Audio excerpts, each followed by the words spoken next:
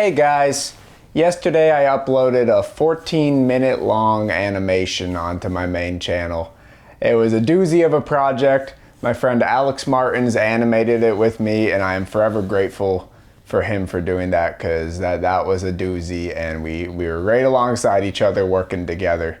And that was something that was allowed by the animation being sponsored. The animation was a third in a row of these sponsored animations I've been doing. Maybe it's a bit of a trilogy of sorts. It's been an interesting challenge to have these game companies come to me, and I'm like, how do I take their world or their aesthetics and still tell a story I'm 100% proud of and no compromises?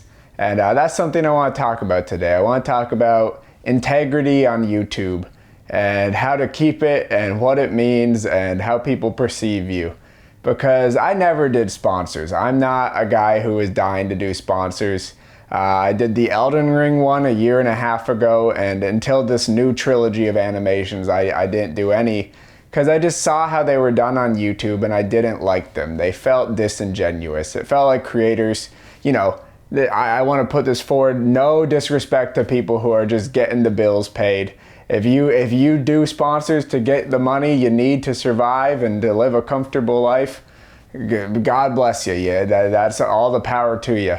But with that said, I just saw how creators had to do them, and it felt so disingenuous. It felt like the authenticity of creators was being called into question every time I had to skim through a video past a sponsor. I'm like, do you actually use Squarespace? Do you actually use so-and-so? I'm like, is it something you're just saying? Are you just reading a script? And oftentimes that's what it was. People were reading scripts, and I don't blame them once again, but it didn't interest me, and I don't think it would have fit in with my videos. I didn't want to stop one of my short films or sketches, or afterwards even just deflate it by being like, oh, by the way, so-and-so, so-and-so. It felt so incongruous with the filmmaker I want to be on YouTube.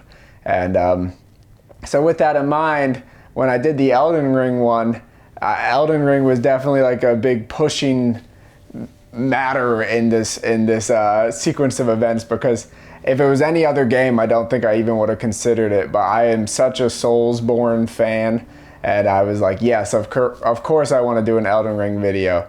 But even then, I was like, I want to keep my integrity throughout this. I don't want to sacrifice any of that honesty or authenticity, because that's so important to me on my platform.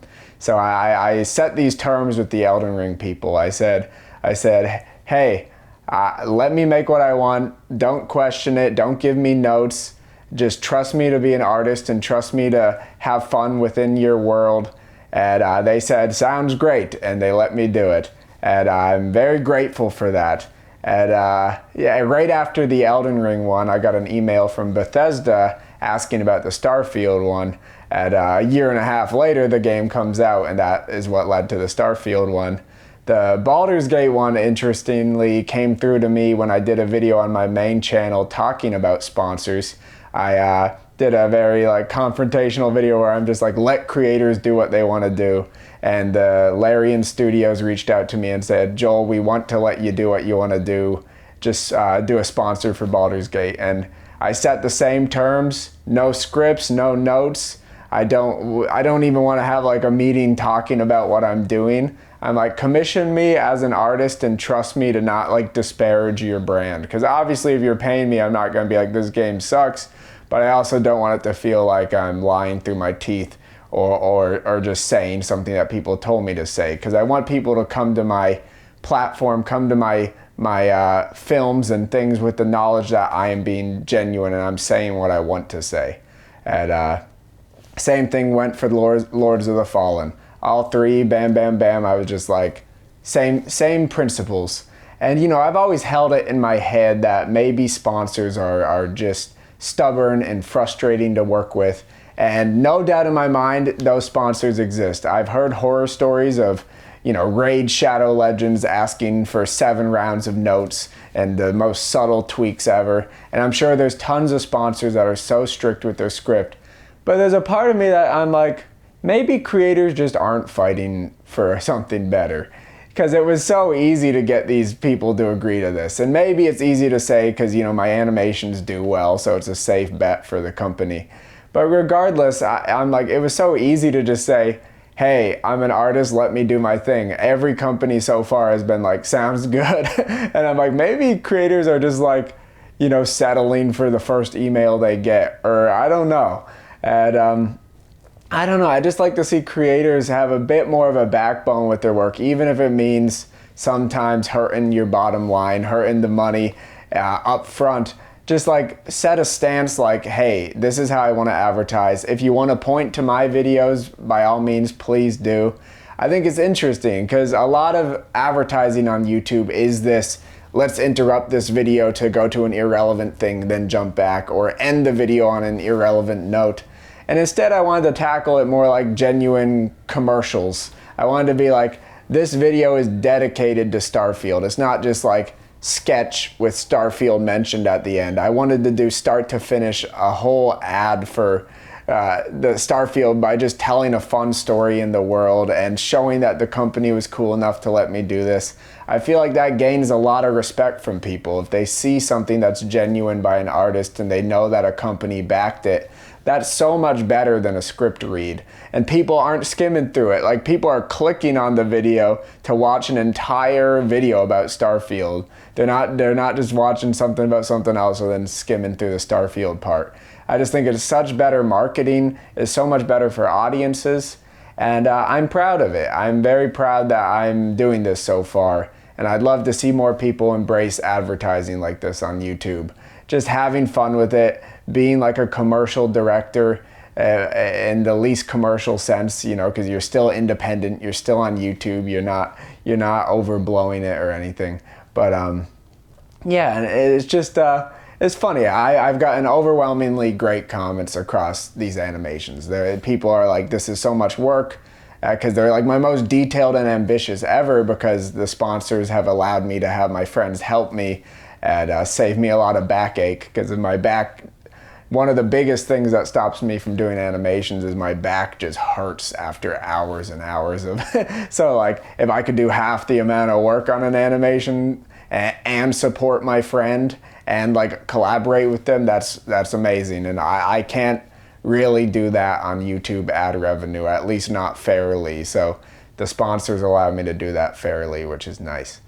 But anyways, I have gotten a handful of comments that are like, oh, another ad. Oh, he really only animates these when he gets paid to. Which I just resent so much, because I'm like, I did 40 of these that were never sponsored, and now you're like taking this stance like, oh, he's really doing this. And it's fucking fun. I'm not showing you an ad and shoving it down your throat. I'm showing you a fun story with characters that tear out the Starfield Baldur's Gate references, and it'd still be a Joel Haver video that I'd make. You know, I'm not sacrificing any part of my production or process, and that's very important to me. And that brings me to the second part of integrity on YouTube, and that is comments. There's this weird thing where as a creator, you're not supposed to bite back to mean comments. Anytime I have, there's always a comment that's like, Joel, you shouldn't have fed to the trolls. Joel, it's not a good look to like fight back. And I'm like, why isn't it? Like, isn't it integrity to like stand up for your work? Like if somebody comments on one of my animations, they say lazy AI animation. I want to say, hey buddy, this isn't AI animation, and I just poured 100 hours and 2 weeks into this thing. It's not lazy.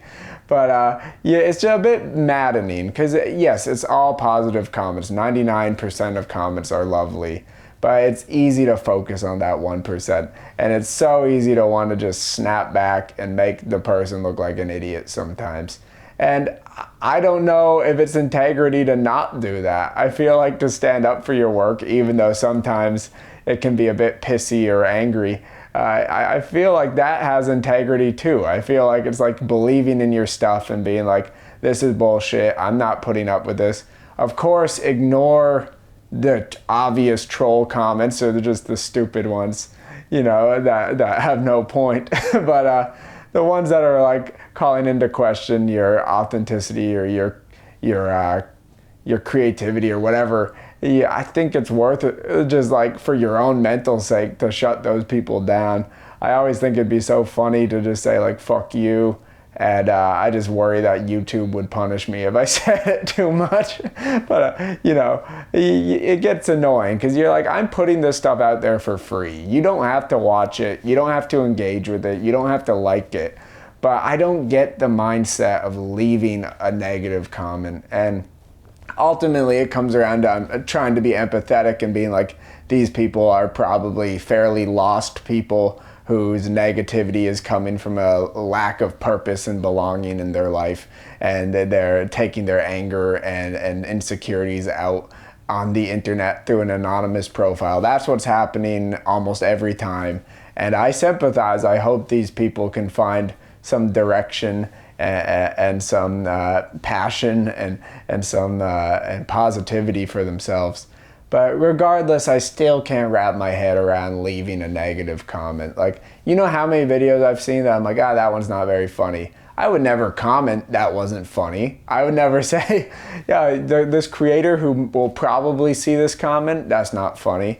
And then YouTube is also doing this horrible thing where it'll always give me, like, if you get enough comments, you don't get notifications for like most of them. But for some reason, it's so good at giving me notifications for the negative ones. Like, like I literally got a notification that was just F slur. Like, that was it. That was it, just that word. I'm like, how did YouTube not censor this one? He just said it. It's just baffling. That's a conversation for another time.